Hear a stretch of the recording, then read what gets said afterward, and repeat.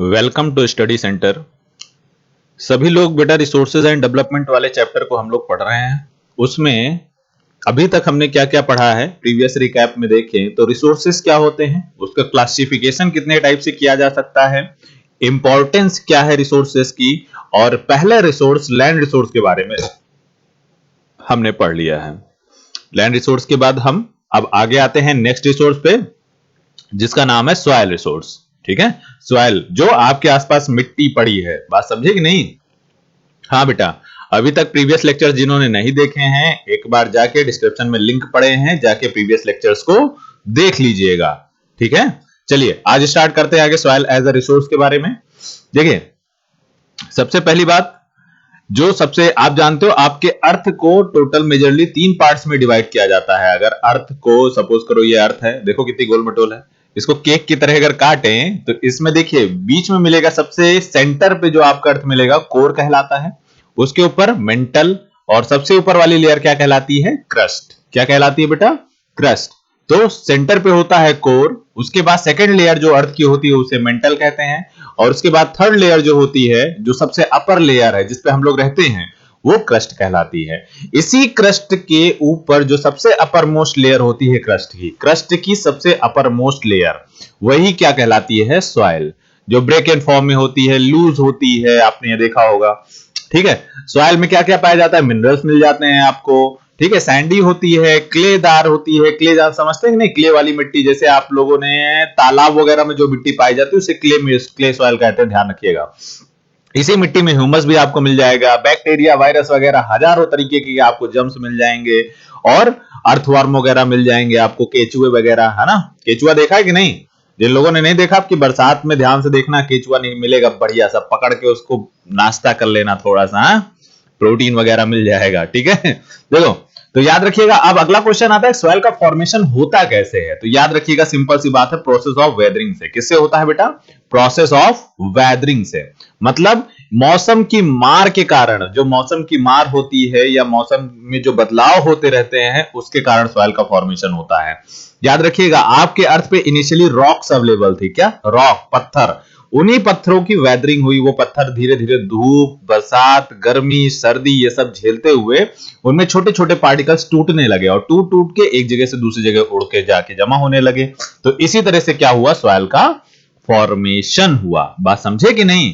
Simple सी बात है, आप किसी एक पत्थर को रख दो, देखो धीरे धीरे धीरे धीरे उस पर वेदरिंग वगैरह होती रहेगी ना बरसात वगैरह में, तो वो पत्थर घिसता चला जाएगा।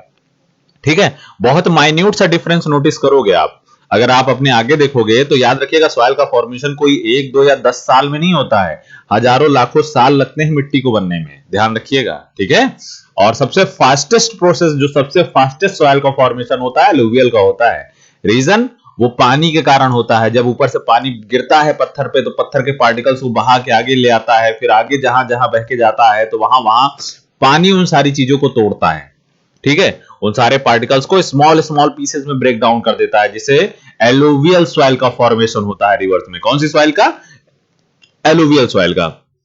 देखिए, ये जो फॉर्मेशन ऑफ सॉइल है, इसके फॉर्मेशन में कौन कौन सबसे बड़ा फैक्टर प्ले करता है? देखिए, एक क्लाइमेट, क्लाइमेट का सबसे बड़ा रोल है। अभी आपने समझा कि मौसम बदलता रहेगा तभी सॉइल का फॉर्मेशन अच्छे से होगा, सिंपल सी बात है। दूसरा टोपोग्राफी। टोपोग्राफी का मतलब क्या होता है? लैंड डिफॉर्मिटी, लैंड की जो डिफॉर्मिटी है। ठीक है, आप देखते हो जैसे अपने यहाँ प्लेन पाया जाता है, फिर अगर नॉर्थ साइड जाओगे तो माउंटेन पाए जाएंगे, साउथ साइड जाओगे तो प्लेट्यूज पाए जाएंगे। ये जो लैंड की डिफॉर्मिटीज हैं, ये भी सॉइल के फॉर्मेशन में बहुत बड़ा रोल प्ले करती हैं। जैसे आप माउंटेन में जाओगे तो माउंटेन सॉइल मिलेगी, प्लेन में रहोगे तो एलुवियल मिलेगी। एलुवियल में भी 2 टाइप मिलेगी, अभी आगे हम लोग उसके बारे में जानेंगे। नेचर ऑफ पेरेंट रॉक, मैंने बताया ना सारी सॉइल का फॉर्मेशन किससे होता है? रॉक्स से होता है। ठीक है, तो वो रॉक कैसी है ये भी डिपेंड करता है, ध्यान रखिएगा। तो रॉक का नेचर भी डिपेंड करता है। इग्नियस रॉक, कितने टाइप्स के रॉक होते हैं बताएंगे आप लोग? 1 सेकंड का टाइम है, जल्दी से टाइप कीजिए कि रॉक्स के टाइप क्या है। 1 सेकंड में सर कहां टाइप हो जाएगा? आप क्या कंप्यूटर समझ रखे हैं हमें? चलो अच्छा है, 1 मिनट दे दिया। अभी जब तक हम आगे समझा रहे हैं तब तक भी आप टाइप करिए। ठीक है, तो वेजिटेशन, पॉज करके टाइप कर लेना, नहीं तो सर आप तो बोलते चले जा रहे हैं, हम टाइप कैसे करें? तो पॉज कर लेना वीडियो को, फिर टाइप कर लेना। ठीक है, टाइप्स ऑफ रॉक। वेजिटेशन का देखते हैं तो वेजिटेशन का भी इफेक्ट बहुत ज्यादा सॉइल के फॉर्मेशन पे पड़ता है। अब एग्जांपल के लिए आप लोग नोटिस करना, जहां पे पेड़ नहीं है वहां की मिट्टी में क्या डिफरेंस है, जहां पे पेड़ है लगा हुआ वहां की मिट्टी में क्या डिफरेंस है। दोनों जगह में बहुत मेजर डिफरेंस आपको मिलेगा। जहां पे पेड़ नहीं है वहां की मिट्टी बहुत सॉलिड मिलेगी, ठीक है, मतलब आसानी से ब्रेकेबल नहीं होगी, नमी नहीं मिलेगी उसमें, ठीक है आपको। और वहीं पे पेड़ के नीचे की मिट्टी आप ऐसे हाथ से खोदोगे तो आसानी से खोद आएगी, थोड़ा सा मुलायम मिट्टी होगी। तो वेजिटेशन का भी बहुत बड़ा इंपैक्ट पड़ता है सॉइल के फॉर्मेशन में। आई होप अभी तक आप सभी ने टाइप कर दिया होगा कि टाइप्स ऑफ रॉक होते कितने हैं। तो चलिए बात कर लेते हैं। रॉक्स के टाइप मेजरली 3 हैं, याद रखिएगा। इग्नियस रॉक कौन कौन सी, आप सभी ने आई होप सही टाइप किया होगा, मुझे यही उम्मीद है। पहला टाइप है इग्नियस रॉक, दूसरा है मेटामॉर्फिक रॉक और तीसरा है सेडिमेंट्री रॉक। कौन सा, सेडिमेंट्री रॉक। और सभी से एक क्वेश्चन है, मैं नहीं बताऊंगा इसके बारे में, सेडिमेंट्री रॉक सबसे ज्यादा कहां पे पाई जाती है, ठीक है। तो सभी लोग कमेंट बॉक्स में टाइप करेंगे कि सेडिमेंट्री रॉक कहां पे होती है। आगे देखते हैं हमारे इंडिया में मेजरली कितना क्लासिफिकेशन है सॉइल के टाइप का। तो टोटल मेजरली 6 पार्ट्स में आपके इंडिया की सॉइल क्लासिफाइड है। ये बात समझे कि नहीं। पहला टाइप क्या है बेटा, एलोवियल सॉइल। दूसरा क्या है भाई, रेड सॉइल। तीसरा ब्लैक सॉइल। चौथा लेटराइट। पांचवा डेजर्ट सॉइल और छठा माउंटेन सॉइल। ये सभी को पता है, ठीक है। ये ध्यान रखिएगा बच्चा कि कितने टाइप्स की मेजरली आपके इंडिया में सॉइल पाई जाती है। इंटरनेशनल लेवल पे देखें तो बहुत ही अलग क्लासिफिकेशन है। शुक्र है कि आप लोगों को पढ़ना नहीं है, अगर 11th में आप लोग ज्योग्राफी लेते तो बिल्कुल पढ़ना पड़ता। बात समझे कि नहीं आप लोग। चलिए तो सबसे पहली बात करते हैं एलोवियल सॉइल की। तो एलोवियल सॉइल आप सभी लोग जानते हो, जैसे मैंने कहा कि कौन काट के ले आता है, नदियां बहा के ले आती हैं। नदियों का जो रिवर्स है, रिवर्स के ही आपके उसमें बेड पे ये सॉइल सबसे ज्यादा मिलती है, ठीक है। सर रिवर्स के बेड में, हाँ रिवर्स का मतलब कोई बेड भी होता है, क्यों भाई, बेड वोड होता है कि नहीं, मतलब तलहटी जिसे कहते हैं, मतलब आप जब नदी में कूदते हो, जहां नीचे खड़े होते हो, जो नीचे सरफेस होती है उसे ही बेड कहते हैं, रिवर बेड, ठीक है। तो रिवर बेड में जो सॉइल पाई जाती है आपकी मोस्टली एलोवियल सॉइल ही होती है, ठीक है। तो एलोवियल सॉइल याद रखिएगा सबसे फर्टिल सॉइल है उन 6 कैटेगरीज में। अगर इन 6 में से आपसे पूछ लिया जाए कि सबसे फर्टिल सॉइल कौन सी है, तो आप कौन सी बताओगे, एलोवियल सॉइल। कौन सी बताओगे भाई, मोस्ट फर्टिल सॉइल कौन सी है, एलोवियल सॉइल है। फर्टिल मतलब जहां पे सारी क्रॉप्स ग्रो कर सकती हैं आसानी से, याद रखिएगा, ठीक है। तो सबसे फर्टिल सॉइल है एलोवियल सॉइल। याद रखिएगा फाइन सिल्ट के डिपोजिशन से एलुवियम, फाइन सिल्ट जो एलुवियल सॉइल का होता है एलुवियम से बनता है। किससे बनता है, एलुवियम से, याद रखिएगा। यही फाइन सिल्ट है, बालू जिसे कहते हो आप, सिंपल सी बात समझो, ठीक है। ये कहां पाई जाती है, नॉर्दर्न प्लेन में पाई जाती है, गुजरात में। आप जानते हो आप जहां रहते हो आपके आसपास कौन सी सॉइल है, जरा देखिएगा। कोस्टल प्लेन्स में भी पाई जाती है, ध्यान रखिएगा। अब सवाल ये है कि कोस्टल प्लेन में कौन सी नदी बहती है भाई, पर सभी नदियों का एंड जो है वो तो कोस्टल प्लेन में होता है ना। ये जैसे इंडिया है आपका, तो ये नदी अगर इधर से बह के आई तो यहीं पे तो आके गिरेगी कहीं ना। तो यहाँ पे प्लेस एरिया में ये नदी जो मिट्टी काट के ले आई है यहाँ पे नहीं छोड़ देगी। तो याद रखिएगा कोस्टल प्लेन्स में भी आपकी एलुवियल सॉइल पाई जाती है। सैंडी होती है, सिल्टी होती है, क्लेदार होती है, ठीक है। और एलुवियल सॉइल की मेजरली 2 कैटेगरीज हैं, एक खादर दूसरा बांगर, याद रखिएगा। हाँ, एक टीवी पे आप लोगों ने एड दिया देखा होगा बांगर सीमेंट का, देखा है कि नहीं। जिन लोगों ने देखा है कमेंट बॉक्स में टाइप करें, yes I have seen it, ठीक है। अब बांगर सीमेंट का जिन लोगों ने ऐड नहीं देखा है वो यूट्यूब पे सर्च कर ले, बांगर सीमेंट का ऐड देख ले, ठीक है। तो बांगर सीमेंट का जो ऐड था उसमें एक बुढ़ा लास्ट में आता है, कहता है सच सस्ता नहीं सांप से अच्छा, देखेंगे आप लोग। तो याद रखिएगा, इसी से याद रखिएगा, बांगर सीमेंट का ऐड करने वाला एक बुजुर्ग आदमी है ना बेटा। तो ओल्ड एलुवियल सॉइल को बांगर सीमेंट, बांगर सॉइल कहते हैं, बांगर एलुवियम, ठीक है। और न्यू एलुवियल सॉइल को खादर कहते हैं। तो आप बता पाओगे न्यू खादर कहां पाई जाएगी और बांगर कहां पाई जाएगी। जैसे सपोज करो ये एक रिवर है, ठीक है। तो रिवर के आसपास के क्षेत्र में जो सॉइल पाई जाएगी, रिवर के आसपास के क्षेत्र में, वो होगी आपकी खादर। कौन सी होगी, खादर होगी। और वहीं पे रिवर से थोड़ा सा दूर दराज के क्षेत्र में जो सॉइल पाई जाएगी वो होगी बांगर। कौन सी होगी, बांगर। तो रिवर्स के से दूर होंगी जो सॉइल, ठीक है, वो बांगर होंगी, और रिवर के आसपास जो सॉइल पाई जाएंगी वो खादर होगी, याद रखिएगा। तो बांगर किसे कहते हैं? ओल्ड एलुवियल सॉइल को, और खादर किसे कहते हैं? न्यू एलुवियल सॉइल को, याद रखिएगा।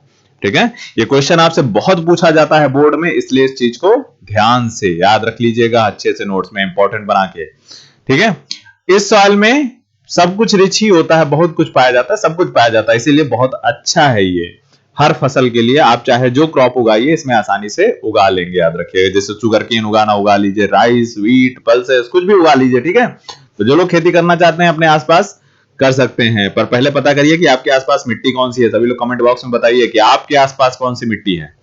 ठीक है, ये खादर और बांगर के बारे में थोड़ा सा छोटा सा डिफरेंस है। बांगर सीमेंट, सॉरी, बांगर एलुवियल सॉइल जो है वो बहुत ही ज्यादा पार्ट में फैली हुई है नॉर्दर्न प्लेन के, और ओल्ड एलुवियल सॉइल है। तो फ्लड प्लेन से ऊपर जो सॉइल मिलती है वो आपके बांगर है। ठीक है, याद रखिएगा। और इसमें जो है, इस सॉइल में छोटे मोटे कंकड़ भी पाए जाते हैं, इसीलिए कंकड़ सॉइल भी इसे कहा जाता है, या कैल्सरस डिपॉजिट भी कहते हैं, कैल्सेरियस डिपॉजिट भी कहते हैं, ध्यान रखिएगा। अब खादर की बात करें तो न्यू एलुवियल सॉइल है, नदियों के आसपास पाई जाती है, और नदियों में थोड़ा बहुत भी पानी बढ़ता है तो यहाँ पे सॉइल फिर से रिन्यू हो जाती है, क्योंकि नदियां ही तो मिट्टी काट के ले आती है ना, फ्रेश एलुवियल सॉइल। तो नदी से बाढ़ आएगी तो फ्रेश एलुवियल सॉइल आपको देके जाएगी। ठीक है, तो मनाओ जल्दी बाढ़ आ जाए आप जहां रहते हो। ठीक है, ताकि वहां पे फ्रेश एलुवियल सॉइल बिछ जाए, खादर आ जाए। ठीक है, अगर बाढ़ नहीं आई तो वही बांगर एलुवियल सॉइल लेके आप बैठे रहोगे। ठीक है, तो नाव वाव का इंतजाम कर लेना, बोट। ठीक है, अब अगली सॉइल की बात करते हैं, ब्लैक सॉइल की। ब्लैक सॉइल को क्या कहते हैं? रेगुर सॉइल कहते हैं। क्या कहते हैं बेटा? रेगुर। अब सवाल यह है कि रेगुर की मीनिंग क्या होती है? तो रेगुर की मीनिंग याद रखिएगा, कॉटन होती है। रेगुर किसे कहते हैं? कॉटन को भी कहते हैं, तो इसीलिए इसका एक और नाम पड़ता है कॉटन सॉइल। ध्यान रखिएगा, क्या नाम है? Cotton soil. और इसे कॉटन सॉइल नाम क्यों दिया गया है बेटा? क्योंकि कॉटन कल्टीवेशन सबसे ज्यादा और सबसे बेस्ट इसी फील्ड में होता है जहां पे ब्लैक सॉइल पाई जाती है। सबसे ज्यादा और सबसे बेस्ट कॉटन का मैन्युफैक्चरिंग या प्रोडक्शन, सॉरी, खेती जो होती है, एग्रीकल्चर, वो कल्टीवेशन जो है वो सबसे ज्यादा ब्लैक सॉइल में ही अच्छा होता है, याद रखिएगा। डेक्कन वाले रीजन में ज्यादातर पाई जाती हैं। इसमें हाँ, एक सवाल आपसे पूछता है कि विच सॉइल हैज हाईएस्ट, सॉरी, एक मिनट रुकिएगा बच्चा। हाँ सॉरी बच्चा, चलिए ध्यान से देखिए। यहां पे आपसे क्वेश्चन पूछता है विच soil has highest holding capacity of water. कौन सबसे ज्यादा पानी को होल्ड कर सकता है? तो वो आपका कौन सा है? ब्लैक सॉइल है, ध्यान रखिएगा, या कॉटन सॉइल, या रेगुर सॉइल, चाहे जो कहिए। ठीक है, तो याद रखिएगा, तीन नाम से जानी जाती है soil, black soil, cotton soil and regur soil, और उसमें holding capacity, water holding capacity सबसे ज्यादा होती है, ध्यान रखिएगा। ठीक है, आप लोगों ने एक पिक्चर देखी होगी, एक किसान बैठा रहता है, उसके आसपास जमीन फटी फटी रहती है, आपने ध्यान से देखा होगा कभी, एक बुजुर्ग किसान एकदम, और वो अपने खेत के बीच में बैठा होगा और उसके खेत की जमीन फटी फटी होगी, आपने ये चीज नोटिस किया होगा। ठीक है, तो वो जो क्रैक्स होते हैं वो जनरली आपको ब्लैक सॉइल में ही उस तरह के क्रैक्स देखने को मिलते हैं। जब ड्राई हो जाती है सॉइल, सूख जाती है, तो इसी तरह के क्रैक्स का फॉर्मेशन वहां पे हो जाता है। बहुत सारी चीजों में रिच है, लेकिन आपको याद रखना है यहाँ पे डिफिशियंट किस किस चीज में है। नाइट्रोजन की कमी पाई जाती है सॉइल में, फास्फोरस कम है, और ऑर्गेनिक मैटर भी काफी कम पाया जाता है। याद रखिएगा, ऑर्गेनिक मैटर वहीं पे सबसे ज्यादा मिलेगा जहां पे फॉरेस्ट वगैरह या पेड़ पौधे बहुत अच्छे से पाए जाएंगे, याद रखिएगा। ठीक है, और ये सॉइल मेनली किस रीजन में पाई जाती है? तो महाराष्ट्र, गुजरात, याद रखिएगा, मध्य प्रदेश, छत्तीसगढ़, किस किस रीजन में ये सवाल पूछा जाता है कि बताइए इस टाइप की सॉइल कहां पाई जाती है? महाराष्ट्र, गुजरात, मध्य प्रदेश, छत्तीसगढ़। तो ये चार स्टेट जरूर ध्यान रखिएगा कि किस रीजन में ये सॉइल पाई जाती है। चलिए अगले सॉइल की बात करते हैं, जिसका नाम है रेड सॉइल। अब देख रहे हैं रेड कलर की है, सभी से क्वेश्चन है, जब तक हम आगे एक्सप्लेन करते हैं तब तक जरा सा टाइप करिए इसका आंसर। रेड सॉइल में किस चीज का कंटेंट सबसे ज्यादा पाया जाता है जिसके कारण इसका कलर रेड होता है? रेड होने का रीजन बताइए रेड सॉइल का। यह हल्का फुल्का येलोइश भी होता है। ठीक है, देखिए, रेड सॉइल उसी रीजन में पाई जाती है जहां पे बहुत कम मात्रा में बारिश होती है, लो रेनफॉल होता है, उसी रीजन में रेड सॉइल आपको आसानी से देखने को मिल जाएगी। पोरस होती है, याद रखिएगा, फ्रीएबल स्ट्रक्चर होता है इसका। सभी लोग जरा कमेंट में बताइए मुझे फ्रीएबल की मीनिंग क्या होती है। बहुत आसान है, आई होप बता लेंगे आप लोग, गूगल मत करना। ठीक है, अब देखिए इसमें कमी किस चीज की होती है वो जरूर याद रखिएगा, लाइम की। चूना, चूना मिला दो बस। पान वाला जो चूना होता है, जो पान में चूना होता है और तुम लोग मम्मी पापा के जो चूना लगाते हो, वही वाला चूना इस सॉइल में बहुत कम पाया जाता है, ध्यान रखिएगा। ठीक है, और भी बहुत सारी चीजें हैं जैसे नाइट्रोजन, ह्यूमस, पोटास, ये सब भी काफी कम पाया जाता है, लेकिन सबसे कम चूना। चूना गायब है यहाँ से, ठीक है, क्योंकि सारा चूना तो आप लोग लगा डाले हो, है ना। और इसका कलर रेड क्यों होता है, मैंने बताया, ध्यान रखिएगा। अभी मैंने क्वेश्चन पूछा था आप लोगों से कि रेड सॉइल का कलर रेड क्यों होता है, प्रेजेंस ऑफ आयरन के कारण। किसके कारण? आयरन ऑक्साइड्स प्रेजेंट होते हैं, आयरन क्रिस्टल्स प्रेजेंट होते हैं, जिसके कारण, और मेटामॉर्फिक रॉक्स प्रेजेंट होती हैं, जिसके कारण आपके सॉइल का कलर रेड होता है। मेनली याद रखिएगा, प्रेजेंस ऑफ आयरन ऑक्साइड। किसके कारण बच्चा? आयरन ऑक्साइड के कारण। ठीक है, बहुत सारी फसलें हो सकती हैं इसमें, wheat, cotton, pulses, tobacco, oil seed, potato, ये सारी चीजें कल्टीवेट आप कर सकते हो। किस किस रीजन में पाई जाती है? रीजन याद रखिएगा, तमिलनाडु, कर्नाटक, आंध्र प्रदेश, उड़ीसा, छत्तीसगढ़, झारखंड, ये सारे रीजन है जहां पे ये सॉइल पाई जाती है। मेनली लो रेन वाले रीजन में पाई जाती है। अभी मैं आपको मैप से भी समझा दूंगा मोस्ट प्रोबेबली। ठीक है, अगली सॉइल की बात करते हैं, लैटराइट सॉइल। कौन सी सॉइल बच्चा? Laterite soil.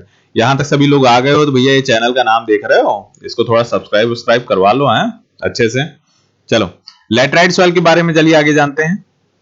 देखिए लैटराइट जो है एक लैटिन वर्ड से आया है जिसका नाम है लेटर। क्या नाम है? लेटर, जिसकी मीनिंग क्या होती है? ब्रिक। क्या मीनिंग होती है ब्रिक? ब्रिक मतलब समझते हो? नहीं पता? हम बता रहे हैं। हथौड़ा उठाओ, अपने घर की दीवार तोड़ दो, उससे मिलेगा तुम्हें एक लाल कलर का ईंट, उसे ही कहते हैं ब्रिक। क्या बात है, सबने तोड़ा कि नहीं? अब पापा मम्मी तुम्हें भी तोड़ेंगे बेटा, ध्यान रखना। ठीक है, अब यहां पे देखो, ये काफी सॉफ्ट होती है, याद रखिएगा, वेट होती है, और हार्ड हो जाती है जब ये सूख जाती है मिट्टी। याद रखिएगा, लैटराइट सॉइल हार्ड कब होती है? जब सूख जाती है, और सॉफ्ट रहती है जब गीली रहती है। ठीक है, जस्ट लाइक आपके तालाब में जो मिट्टी पाई जाती है वैसा ही कुछ समझिए। ठीक है, तालाब वाली मिट्टी देखिए, जब सूख जाती है तो एकदम पत्थर जैसी हो जाती है, लेकिन जब गीली रहती है तो बढ़िया एकदम चिकनी चिकनी सॉफ्ट सी होती है कि नहीं होती है। और ये जनरली मिट्टी वहीं पाई जाती है जहां पे सबसे ज्यादा बारिश होती है। कहां पे पाई जाती है सबसे ज्यादा? जहां पे बारिश होती है सबसे ज्यादा, ध्यान रखिएगा। तो क्या हमारे रीजन में बहुत ज्यादा बारिश होती है? बहुत ज्यादा का मतलब समझिए कि पानी भरा रहे। हाँ सर, 2-3 दिन पहले तो हो रही थी कस के बारिश भाई। चलिए उसके आगे चलते हैं, आगे देखिए, जो ऊपर की ऑर्गेनिक मैटर की लेयर होती है वो याद रखिएगा, हैवी रेनफॉल के कारण या बहुत ज्यादा टेम्परेचर होने के कारण जो है वो सूख जाती है या फ्लो ऑफ हो जाती है, याद रखिएगा। ठीक है, याद रखिएगा ये बात कि ह्यूमस इसमें काफी कम होता है। अब एक सवाल आता है कि लीचिंग की मीनिंग क्या होती है? भाई लीचिंग की मीनिंग जरा सा थोड़ी देर सोचिए, जिनको पता है वो कमेंट बॉक्स में तब तक टाइप कर लें। ठीक है, बहुत वीडियो को पॉज करके लीचिंग की मीनिंग बताइए, अदरवाइज मैं आगे बताऊंगा, डोंट वरी। ठीक है, अगर नहीं आता तो, आता होगा तो क्यों बताऊंगा, नहीं बताऊंगा। हाँ, तो याद रखिएगा इसमें कमी किस किस चीज की होती है? अरे पानी ऊपर से सारी चीजें बाहर ले जा रहा तो कुछ भी नहीं होगा। याद रखिएगा, बस इसमें याद रखिए रिच किस चीज में होता है। ये तो आयरन एंड एल्युमिनियम सबसे ज्यादा पाया जाता है, बस ये ध्यान रखिए। क्या सबसे ज्यादा पाया जाता है? Iron and aluminium. ठीक है, बाकी हर चीज में कम ही है, बेचारा गरीब है तो थोड़ी बहुत है, इसको अमीर बना दो जाके। हाँ सभी लोग, ठीक है। इसका कलर कैसा होता है? रेड होता है। इसका भी याद रखिएगा रीजन, आयरन की प्रेजेंस है इसमें भी। तो देखिए एक रेड सॉइल में आपके जो है, और दूसरा लैटराइट सॉइल, इन दोनों में जो है रेड कलर पाया जाता है due to presence of iron oxide. किसके कारण? आयरन ऑक्साइड के कारण। यहां पे मेनली उगाया क्या जाता है? बारिश बहुत अच्छी होती है ना यहाँ पे। एक मिनट भाई, हाँ चलिए आ गया, मुझे लगा चला गया। बारिश बहुत अच्छी होती है, इसलिए बारिश, पानी सबसे ज्यादा चाहिए चावल के लिए। तो चावल खाते हो ना बढ़िया थाल में रखकर, है ना, मम्मी चावल ही बनाना, बस मैं चावल ही खाऊंगा, है ना। तो भाई चावल और थोड़ा सा खाना कम करो।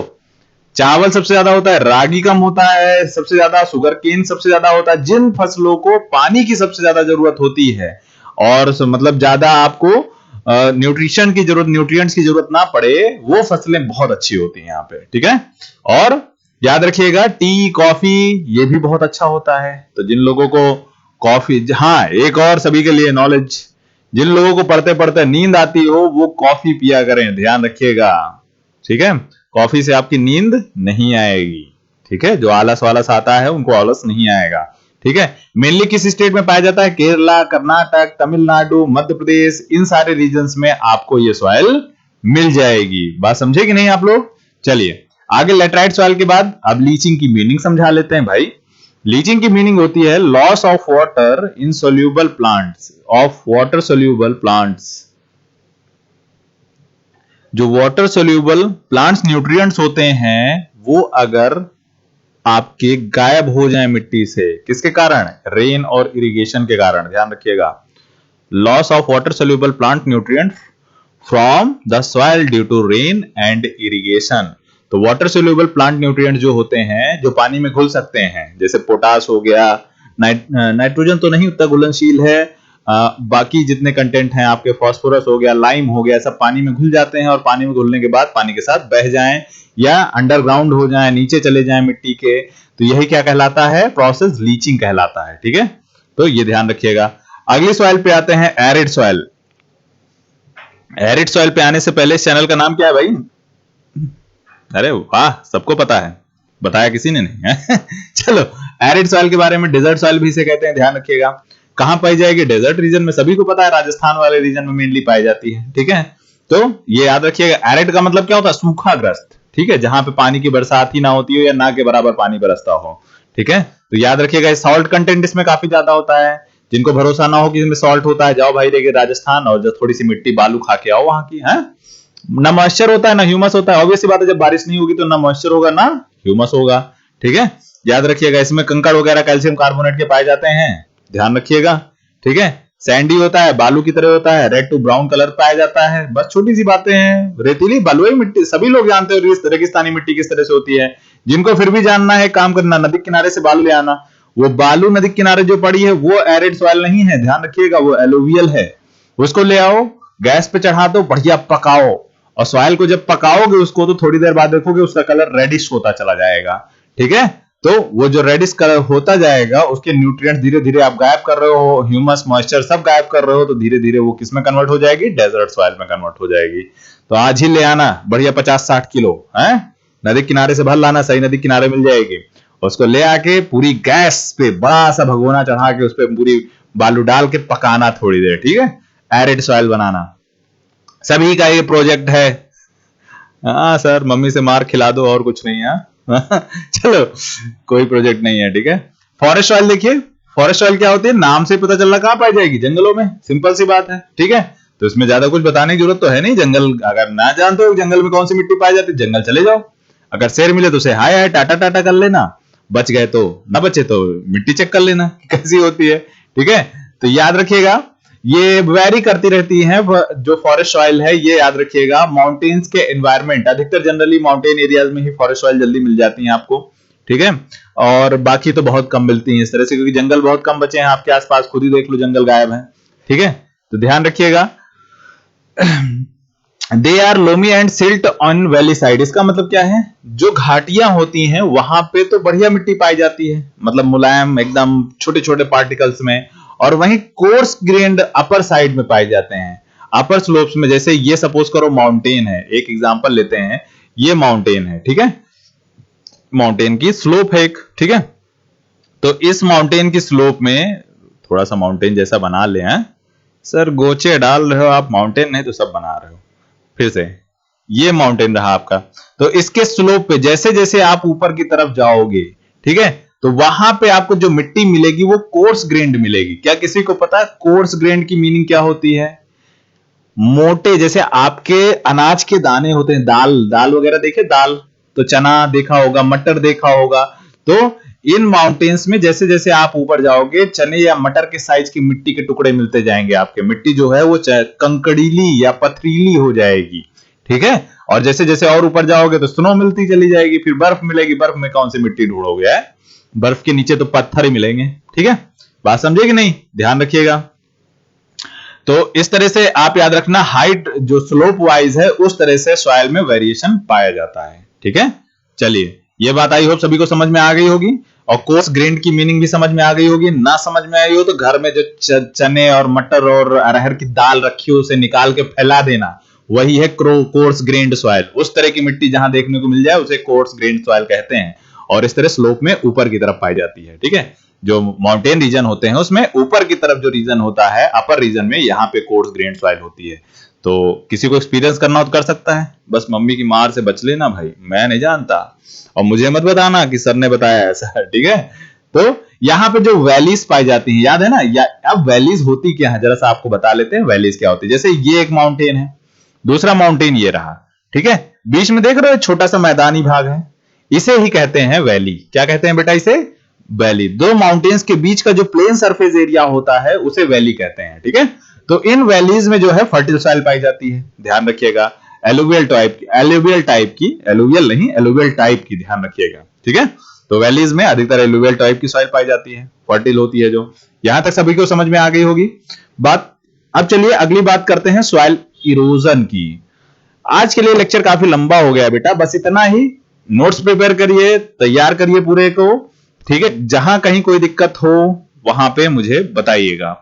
हाँ, एक बच्चे का डाउट था, सर वो जो मैंने नॉटिकल माइल में डिस्टेंस बताई थी, उसमें बच्चे ने पूछा है कि सर जो आपका इंडिया है इसके कोस्टल एरिया से लेकर 12 नॉटिकल माइल तक मैंने बताया था, ये आपकी डिस्टेंस होती है, ठीक है। 12 नॉटिकल माइल तक आपकी इंडिया की बाउंड्री है, ये बताया था ओशियन में। इंडिया के कोस्टल एरियाज में 12 नॉटिकल माइल तक आप जाते हो तो ये इंडिया की बाउंड्री कहलाती है, ठीक है। तो कई कई बुक में लिखा है 12 nautical mile equal to 19.2 kilometre, और कुछ बुक में लिखा है 22 पॉइंट समथिंग, ठीक है। तो याद रखिएगा, इस कंफ्यूजन को आप मत पालिए कि 19.2 किलोमीटर होगा या 22 पॉइंट समथिंग होगा, क्योंकि मैंने पहले ही बताया है ओशियन में डिस्टेंस जो मेजर की जाती है, किसमें मेजर की जाती है? नॉटिकल माइल में। तो आप डिस्टेंस नॉटिकल माइल में ध्यान रखिएगा। अप्रॉक्स एक नॉटिकल माइल बराबर होता है अप्रॉक्स 2 किलोमीटर या 1.8 के अप्रॉक्स। एक नॉटिकल माइल बराबर कितना होता है? 1.8 किलोमीटर अप्रॉक्स है, ये एग्जैक्ट नहीं है, ठीक है। अब अप्रॉक्स है तो अप्रॉक्स रिजल्ट भी देगा, इसीलिए आप लोग इस चीज को नॉटिकल माइल में ही ध्यान रखिए कि इंडिया की नेशनल बाउंड्री कहां तक है? 12 नॉटिकल माइल तक, ठीक है। किलोमीटर्स में बस बेसिक मैंने कन्वर्जन बताया था, इसीलिए एनसीईआरटीज में आपकी कुछ लोगों के पास पुरानी बुक होगी तो उसमें 19.2 मिल रहा होगा, और कुछ लोगों की नई बुक होगी तो उसमें 22 पॉइंट समथिंग मिल रहा होगा, ठीक है। तो ये ध्यान रखिएगा, ये डिफरेंस से आपको कोई मतलब नहीं है, बस इतना ध्यान रखो कि इंडिया की जो नेशनल बाउंड्री है वो आपकी 12 नॉटिकल माइल तक है, ठीक है। ये ध्यान रखिएगा। आई होप सभी का डाउट क्लियर हो गया होगा। हाँ बच्चा, अब चैनल को थोड़ा बहुत सब्सक्राइब कर लेना है, करवा लेना अच्छे से, शेयर और करो। हाँ, क्या कर रहे हो?